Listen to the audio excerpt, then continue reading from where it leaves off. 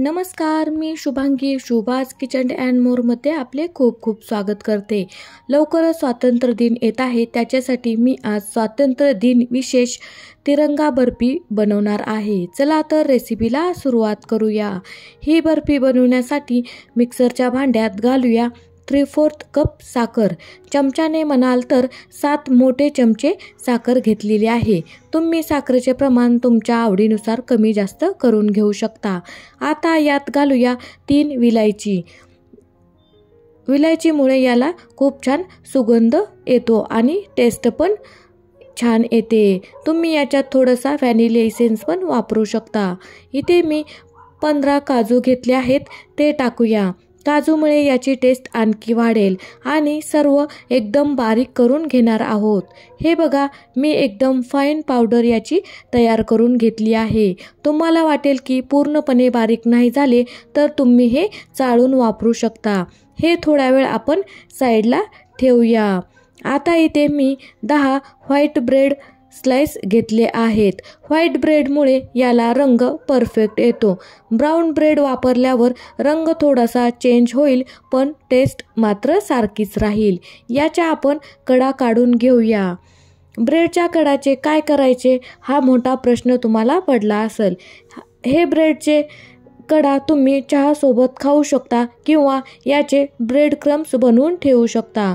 Bread क्रम्सचा वापर आपण भरपूर अशा पदार्थांमध्ये करत असतो.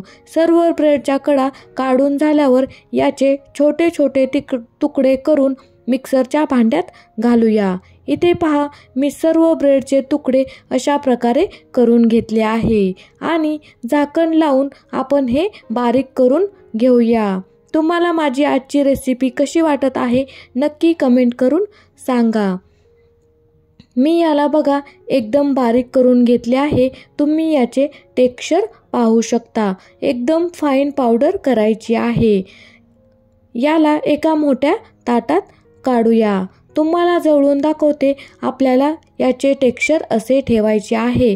खूप मोठे ठेवायचे नाही, नाहीतर आपली बर्फी चांगली तयार होणार नाही. आता यात आपण घालूया अर्धा कप मिल्क पावडर.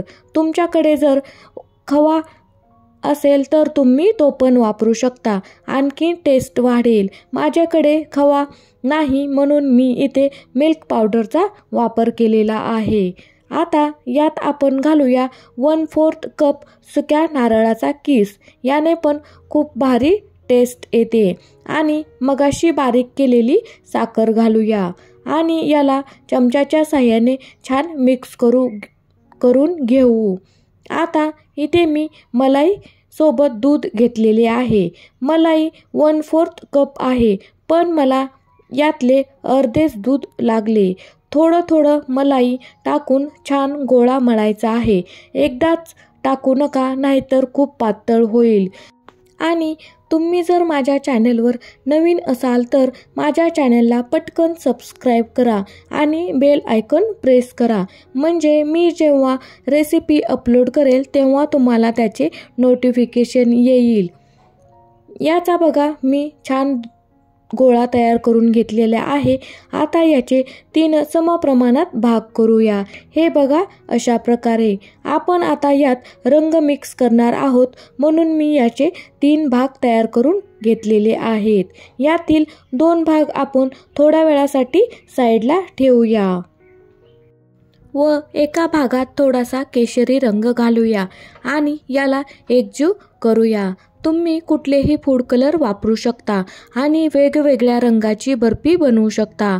हा बाजूला ठेवूया आणि दुसऱ्या गोळ्यात हिरवा रंग ॲड करूया आणि हे पण आपण छान मिक्स करून घेणार आहोत. मी तिरंगा बर्फी करत आहे म्हणून हे कलर वापरले आहेत.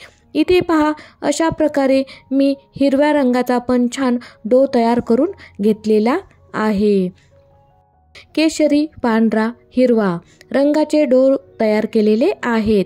चला तर मग आता आपण बर्फी तयार करायला घेऊया. इथे मी एक डब्बा घेतला आहे. त्यात बटर पेपर टाकलेला आहे. याला तेलाने किंवा तुपाने चांगले ग्रीस करून घ्यायचे आहे, म्हणजे बर्फी आपली पटकन डिमोल्ड होते. यात यात घालूया केशरी रंगाचा डो. चमच्याचे साहाय्याने एकसारखे करून घ्यायचे आहे. बघा मी याला इक्वली स्प्रेड केलेले आहे. आता पांढऱ्या रंगाचा डो घेऊन असे याचे छोटे छोटे तुकडे करून घालूया, म्हणजे तो एकसारखा पसरला जाईल. मी इथे हा पण छान एकसारखा स्प्रेड केला आहे.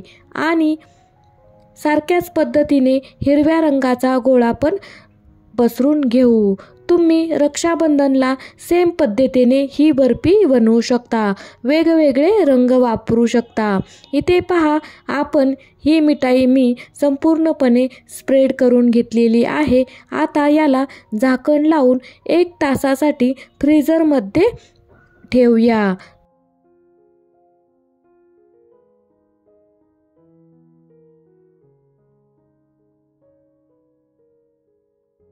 एक तास झालेला आहे. आता आपण झाकण काढूया आणि बघूया आपली बर्फी सेट झाली आहे की नाही.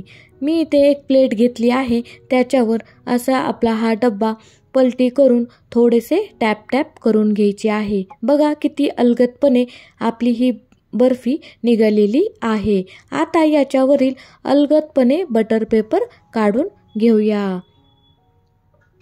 बघा किती अलगदपणे आपला हा बटर पेपर निघलेला आहे.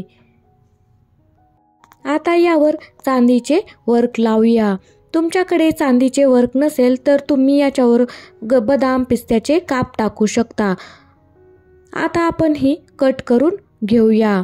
तुम्हाला आवडेल त्या आकारात कट करून घ्या. मी इथे चौकोनी आकार केला आहे. बघा किती भारी आपली ही तिरंगा बर्फी तयार झालेली आहे. नक्की ट्राय करून बघा.